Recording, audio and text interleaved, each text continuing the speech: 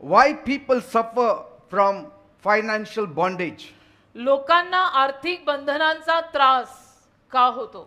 The first reason people suffer from financial bondage is generational curse. लोकांना आर्थिक अडचणी आभासतात त्याचं पहिलं कारण म्हणजे पिढ्यानपिढ्या काहीतरी शाप आहे त्यांच्या. No matter how hard they work, आणि मग कितीही त्यांनी कष्ट केले 8चे 16 तास जरी काम केलं, the money does not last. पैसा टिकत नाही. It's as though they are putting money in the pockets that have holes. असा प्रकार होतो की भोका असलेल्या खिशात पैसा टाकलाय.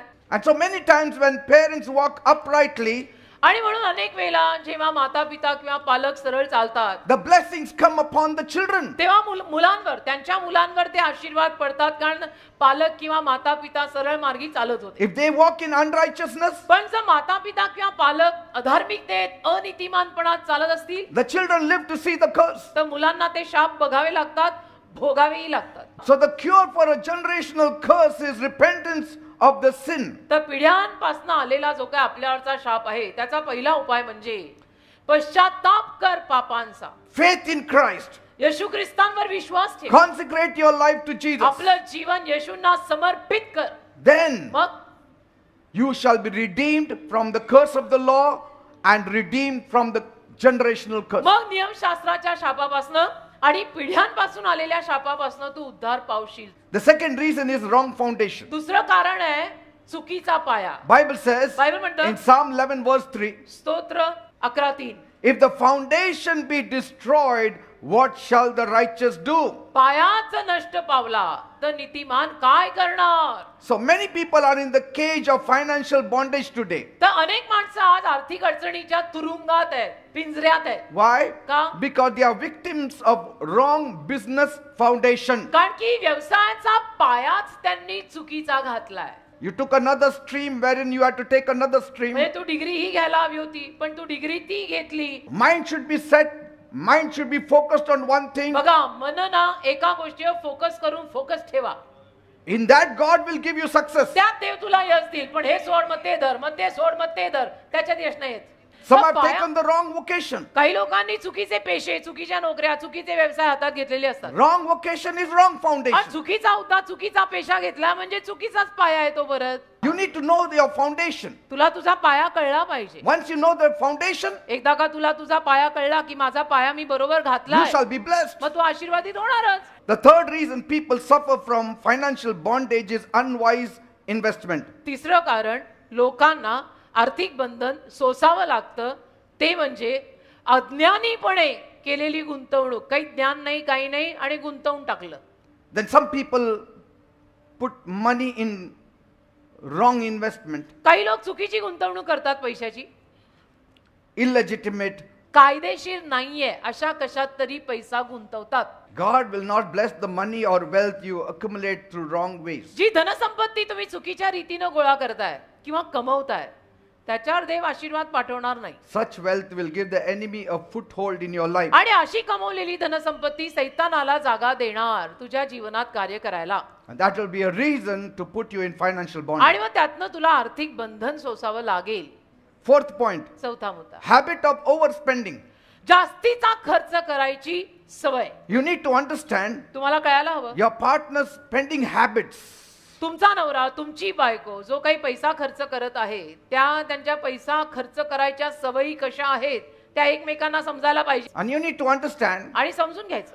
primarily you are in financial bondage because of overspending from one of you. आर्थिक बंधन तुम्हाला प्रथमतः याच कारणाने आलेलं असणार आहे कारण तुमच्यातला कोणीतरी एक जास्तीचा वायफळ खर्च करत आहे जो गरजेचा नाही. So you have to come to the center point and agree upon certain thing, and prayerfully you have to move according to the finance God has blessed you with. तर जरा मधला मार्ग काढा, मधलं संतुलन साधा आणि त्यातून मग देवाने जे आशीर्वाद ठेवलेले आहेत ते घ्या. मधलं संतुलन साधा थोडं, त्याचंही टोक नको, तुझंही नको. Fifth point, पाचवा मुद्दा, they don't have separate budgets for personal expenses. स्वतःच्या व्यक्तिगत खर्चासाठी ते काही वेगवेगळे बजेट करत नाहीत, करू नयेत, करायचे नाही.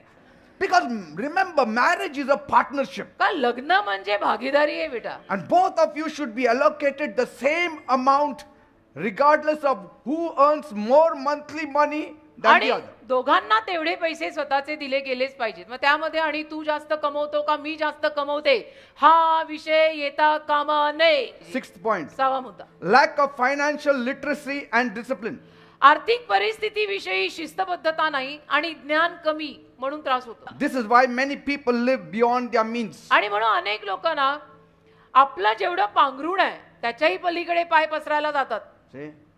They do not cut their coats according to their clothes. आणि आपल्या कपड्यांप्रमाणे खिशा करत नाही. And that's the reason why many do not save but eat even their seeds. आणि म्हणून अनेक जण साठवत नाहीत, बीजही खाऊन टाकतात. He who eats the seeds will surely be in poverty. जो बी खाईल तो नक्की गरिबीत जाईल, कारण बी खायला नसते, Yes. बी पेरायला असते. The 7th reason people find themselves in financial bondage is stealing from God. 7वं कारण लोकांना आर्थिक अडचण येते त्याच्या मागचं म्हणजे ते देवाचं चोरतायत. जे देवाचं आहे ते चोरतायत. Because they are not paying their tithes. कारण दशांश देत नाहीयेत, They don't give anything for God's house. देवाच्या घरासाठी काही देत नाहीयेत. And such people are always victims of their devourer. आणि अशी लोक नेहमी मग हा जो धमकावणारा सैतान आहे त्याच्या धमकीत येतातच. When you give your tithes, जेव्हा तुम्ही तुमचा दशांश द्याल, God will open the storehouse देव कोठार उघडेल and give you so much that you will have no place to store. आणि एवढं तुम्हाला देईल की तुम्हाला साठवायला जागा नाही पुरणार. Failure to honor pledges. नवस केला आणि फेडला नाही तर त्यांनी त्रास होतो. That's why Bible says never make a vow if you cannot keep it. म्हणून नवस जर फेडायला जमणार नसेल ना तर नवस बोलू नका. 8th point, 8वा मुद्दा, disobedience to God's leading. देव मार्गदर्शन करतोय पण तरी देवाचा आज्ञाभंग करणं म्हणजे आर्थिक अडचण येणार. You have to be guided by God in all affairs of life. तुझ्या आयुष्याच्या सगळ्या गोष्टींमध्ये देवाचं मार्गदर्शन तुला घ्यावंच लागेल आणि ते तू Always पाळ. pray. नेहमी प्रार्थना Always कर, seek counsel. नेहमी सल्ला घे. Talk to your pastors. Talk to people who are open to God. तुझ्या पास्टरांशी जाऊन बोल. जे काही बिलीवर लोक प्रभू स्ट्रॉंग आहेत, देवाला उघडे आहेत, त्यांच्याशी जाऊन बोल. 9th point, 9वा मुद्दा, living in debt. कर्जबाजारी होणं. The debtor is always a slave. आणि जो कर्जबाजारी होतो तो नेहमी गुलाम असतो. Always remember this. नेहमी हे लक्षात ठेवा, ही ओळ लिहून ठेवा. जो कर्जबाजारी आहे तो गुलाम आहे. Last 10th point, negative confessions. नकारात्मक बोलणं. Always be mindful of what you say. नेहमी ना जरा काय बोलताय त्याच्यावरती लक्ष ठेवा. Because negative confessions often attract grave consequences. कारण नकारात्मक बोलणं नेहमी फार वाईट असे परिणाम घडवतं. Always speak positive. सकारात्मक बोला ना, God is with us. की देव आपल्या सोबत आहे. In a त्याच्या- negative situation will give you positive results. नकारात्मक परिस्थितीत सकारात्मक बोलून सकारात्मक परिणाम मिळतात. सकारात्मक बोलण्यावर टॅक्स नाहीये. Praise God. देवाला धन्यवाद. Amen. आमेन.